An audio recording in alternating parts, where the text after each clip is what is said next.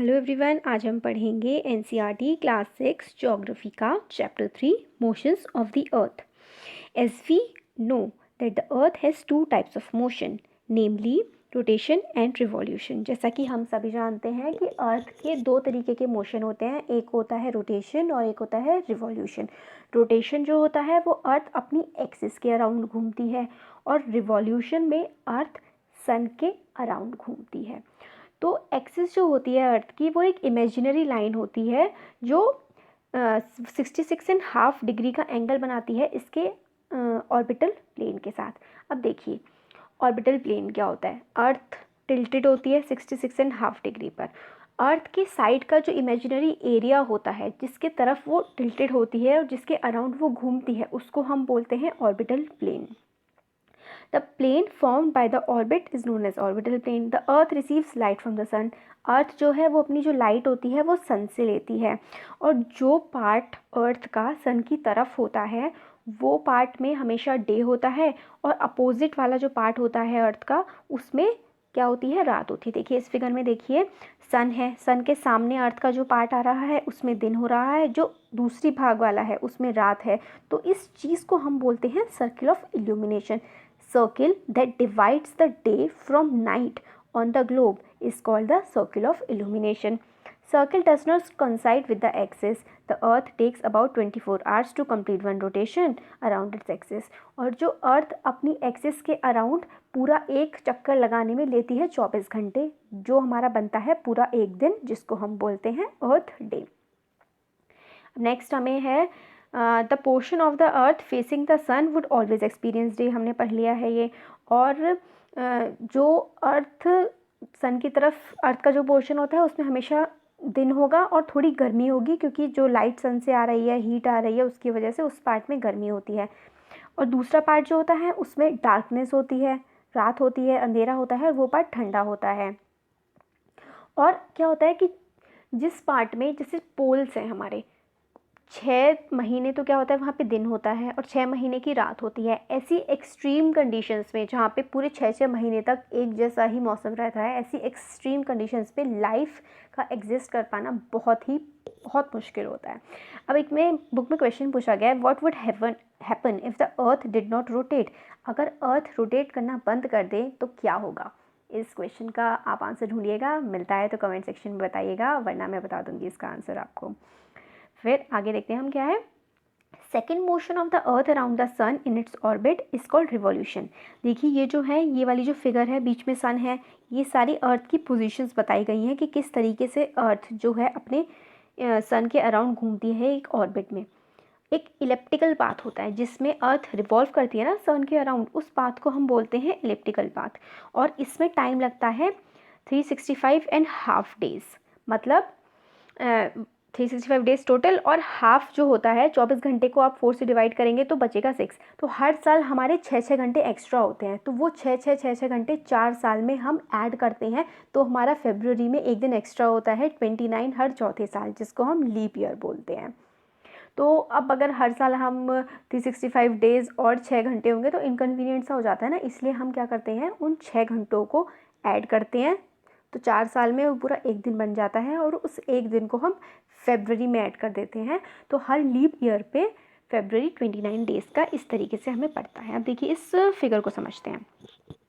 अगर हम जो ये है राइट साइड है, राइट साइड से स्टार्ट करें तो इस टाइम पे क्या है, अर्थ के सामने वाला, सन के सामने वाला जो पार्ट है अर्थ का उसमें लाइट है और दूसरी तरफ क्या है, दूसरी तरफ वो है रात टाइप की है। तो ये वाला जो पोर्शन है ये हमारा विंटर सॉल्स्टिस कहते हैं, ये होता है 22 दिसंबर को।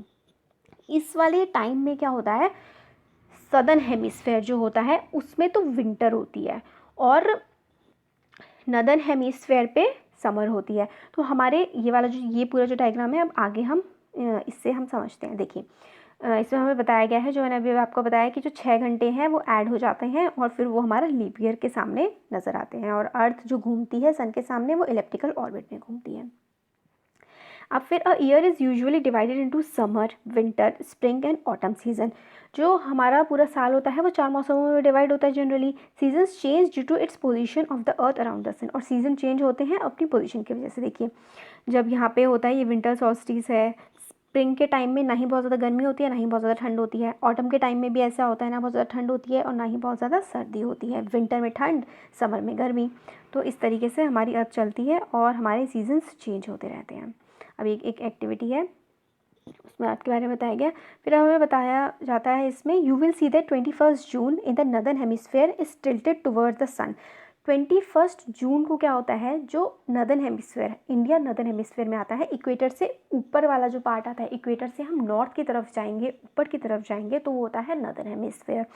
तो 21 जून को नदर्न हेमिस्फेयर में दिन और रात दोनों बिल्कुल बराबर होती हैं। उस दिन हम इंटरनेशनल योगा डे भी हमने इसीलिए उसको बनाया गया है। सॉरी, दिन और रात बराबर नहीं होती, हमसे सॉरी। उस दिन साल का सबसे लंबा दिन होता है 21 जून को नदर्न हेमिस्फेयर में। तो क्या होता है, उस समय हमारी जो अर्थ होती है वो सन की तरफ ज़्यादा टिल्टेड होती है। सन रेज जो होती हैं वो डायरेक्टली पड़ती हैं ट्रॉपिक ऑफ कैंसर के ऊपर। As a result these areas receive more heat. क्योंकि सन की रेज ट्रॉपिक ऑफ कैंसर के ऊपर डायरेक्ट पड़ती हैं, तो हमारा जो नदर्न हेमिस्फेयर है वो ज़्यादा हीट को एब्जॉर्ब कर पाता है। Areas near the pole near less heat as rays of the sun are slanting. और जो पोल्स के पास वाले एरिया होते हैं वहाँ पे बिल्कुल सीधी नहीं, स्लैंटिंग मतलब टेढ़ी करके जो सन की रेज पड़ती हैं, इसलिए वहाँ पे गर्मी कम होती है, ठंड ज़्यादा होती है। North pole is incline toward the sun and the places beyond the arctic circle experience continuous day light for about 6 months. और इस समय पे क्या होता है, जो आर्कटिक सर्किल वाला एरिया होता है उसमें पूरे 6 महीने के लिए डे लाइट रहती है। Since a large portion of the northern hemisphere is getting light from the sun, it is summer in the regions north of the equator. तो इस टाइम क्या होता है, नदर्न हेमिस्फेयर में ज़्यादा टाइम के लिए दिन होता है और गर्मी का मौसम रहता है। Longest day and the shortest night at these spaces occur on 21 जून। तो 21 जून को सबसे लंबा दिन होता है और सबसे छोटी रात होती है।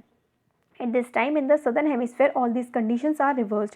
It is winter there. और बिल्कुल इसी टाइम पे जब नॉर्थ हेमिस्फेयर में गर्मी हो रही होती है, सदर्न हेमिस्फेयर में इसका उल्टा हो रहा होता है और वहाँ पे रातें लंबी होती हैं और जो दिन होता है वो छोटा होता है। This position of the earth is called the summer solstice. तो हमने जो ये days summer solstice, winter solstice और इक्विनॉक्स वाला जो पार्ट है, ये हमने नदर्न हेमिस्फेयर के रेफरेंस में लिया हुआ है। इसलिए 21 जून को जब सबसे बड़ा दिन होता है और सबसे छोटी रात होती है, इसको हम समर सोल्स्टिस कहते हैं, क्योंकि नदर्न हेमिस्फेयर में उस टाइम पे समर होती है। 22 दिसंबर को ट्रॉपिक ऑफ कैप्रिकॉर्न जो है वो रिसीव करती है सन से डायरेक्ट रेज। तो सदर्न पोल जो होता है उसमें पूरे 6 महीने के लिए दिन होगा, मगर 22 दिसंबर को हम विंटर सोल्स्टिस कहते हैं। इसलिए कहते हैं क्योंकि एक चीज़ तो है कि हमें उसे नदर्न हेमिस्फेयर वाले दिन से अलग करना होता है और हमारा जो रेफरेंस लिया जाता है वो सारी चीज़ों में हम रेफरेंस लेते हैं नदर्न हेमिस्फेयर का। इसलिए 22 दिसंबर को भले ही सदर्न हेमिस्फेयर में उस टाइम समर हो रही होती है, मगर हम इसको विंटर सोल्स्टिस बोलते हैं। ठीक है। फिर this position of the earth of Christmas is called this position of the earth is called the winter solstice. On 21st March and 23rd September direct rays of the sun falls on equator. तो 21 मार्च और 23rd सितंबर को जो सन की direct rays पड़ती हैं वो पड़ती हैं इक्वेटर के ऊपर। तो उससे क्या होता है, दिन और रात बिल्कुल बराबर होती हैं। तो जब दिन और रात बराबर होती हैं 21 मार्च और 23 सितंबर को, तो उसे हम बोलते हैं इक्विनॉक्स। ऐसा क्यों होता है, क्योंकि सन की रेज डायरेक्ट पड़ती हैं इक्वेटर पर। तो वो 2 दिन होते हैं हमारे 21 मार्च 23 सितंबर और उसको हम बोलते हैं equinox. On 23rd September it is autumn in the northern hemisphere and spring in the southern hemisphere. Opposite is the case on the 21st March when it is spring in the northern hemisphere and autumn in the southern hemisphere. तो इसमें हमें बताया गया है इसका case opposite होता है। 21 जो 21 मार्च होती है वो नॉर्दर्न हेमिस्फेयर में क्या होता है, ऑटम हो।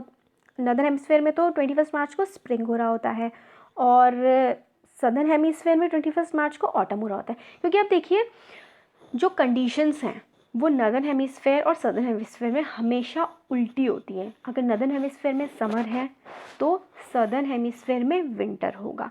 दोनों में अलग अलग सीजन्स होते हैं क्योंकि बीच में इक्वेटर होता है। सन की डायरेक्ट रेज अगर इक्वेटर पे पड़ रही होती हैं तो, और उससे ऊपर, और अगर उसके थोड़ा ऊपर जाता रहता है, ऊपर क्या होता है, ट्रॉपिक ऑफ कैंसर होता है, उस पर रेज डायरेक्ट पड़ रही होती हैं। तो उस टाइम पर जो सदर्न हेमिस्फेयर होता है वो सन से अपोजिट साइड में होता है, तो उसमें अंधेरा होता है, सन की डायरेक्ट रेज नहीं पड़ती हैं, तब वहाँ पे विंटर होता है। फिर जब अर्थ घूम के आती है, तो अर्थ जब घूम के आई तो अब सदर्न हेमिस्फेयर सामने आ गया सन के, और नॉर्दर्न हेमिस्फेयर दूसरी तरफ चला गया। इसलिए सीजन्स जो होते हैं वो दोनों हेमिस्फेयर्स में हमेशा अलग अलग होते हैं, और हम जो लेते हैं रेफरेंस वो लेते हैं नॉर्दर्न हेमिस्फेयर का। फिर आगे इसमें वो बोलते हैं दस you find that there are days and nights and changes in the season because of the rotation and revolution of the earth respectively। तो दिन और रात जो होते हैं वो होते हैं हमारे रोटेशन की वजह से, और जो हमारे सीजन्स होते हैं वो होते हैं रिवॉल्यूशन की वजह से। दिन और रात क्यों होते हैं? क्योंकि अर्थ अपनी एक्सिस के अराउंड रोटेट करती है। सीज़न क्यों चेंज होते हैं? क्योंकि अर्थ सन के अराउंड रिवॉल्व करती है। तो आपको कैसा लगा लेसन कमेंट सेक्शन में बताइएगा। अच्छा लगा तो लाइक करिए और हमारे चैनल को सब्सक्राइब करिए। Thank you so much.